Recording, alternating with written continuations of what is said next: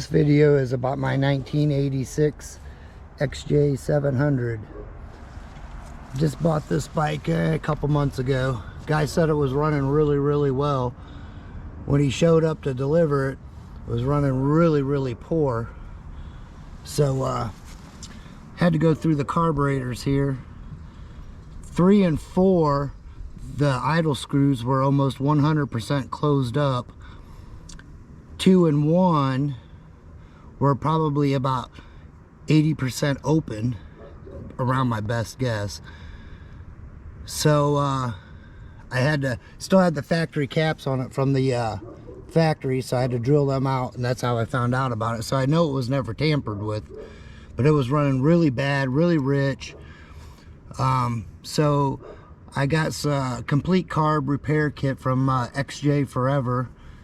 Good guy to deal with. Got the complete rebuild kit. Did the butterfly shaft seals, everything. Got the deluxe kit. Took care of all that. Set all the floats. And then the next thing I did was I went through and did the valves on this. Checked the clearances. So I had to replace 3 valves, the exhaust intake and then the intake over here. But when you do that, you got to go through and take every one out for future reference, just so you know what size you have. Write it down, but you got to take them out anyway so you know what you have to start with, so you can measure to get the correct ones.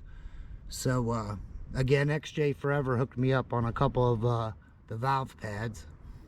So she seems to be running pretty well.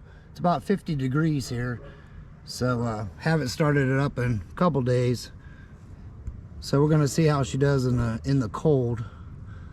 But other things I've done to it too was the reason I got this, it was so clean.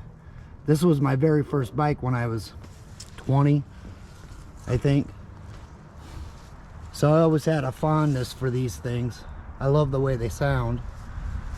But another thing I had to do too is this fuel petcock was really backyard engineered. So I found an NOS one, and I also found an NOS fuel sender, not the sender but the level. Got all that taken care of. So she's been running pretty good. So it's only got 4,900 miles on it. So we're gonna sit here and take a look at it, and we'll get her running, see how it goes. It's very clean bike, even though aluminum is not very pitted at all.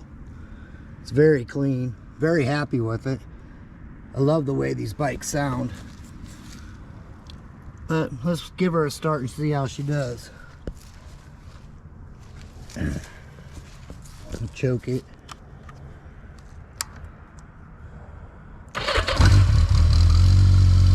Fired right up. Hasn't ran in probably a week.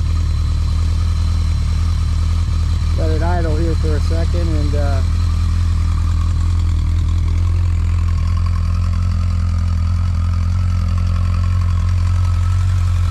as you can see, this thing's bone cold,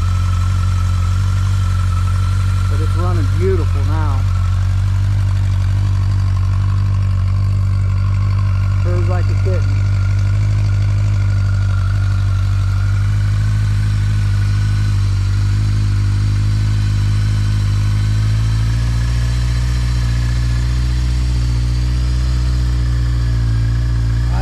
Because I got the choke on. When it revs up, I'll shut the choke off. Like I said, it's about 50 degrees here.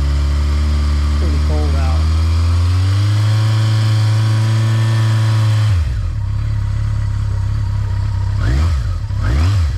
This is bone cold. This is how good this is running.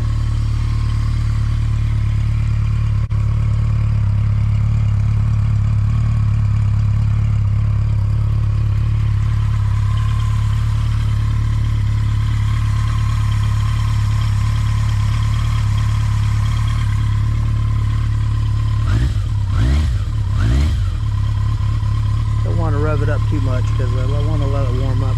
But I got some other projects I'll be working on, so if you guys want to tag along with me and watch, please hit the subscribe button. we're going to be getting into some other projects here pretty soon. I should have recorded all this, but I didn't think to.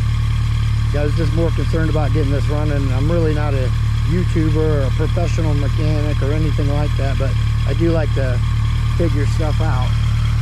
And like I said, I'm glad I got this bike. I have another one just like it in the shed. It's a blue one. It runs beautiful too, but it's not as clean as this one. This one's very clean.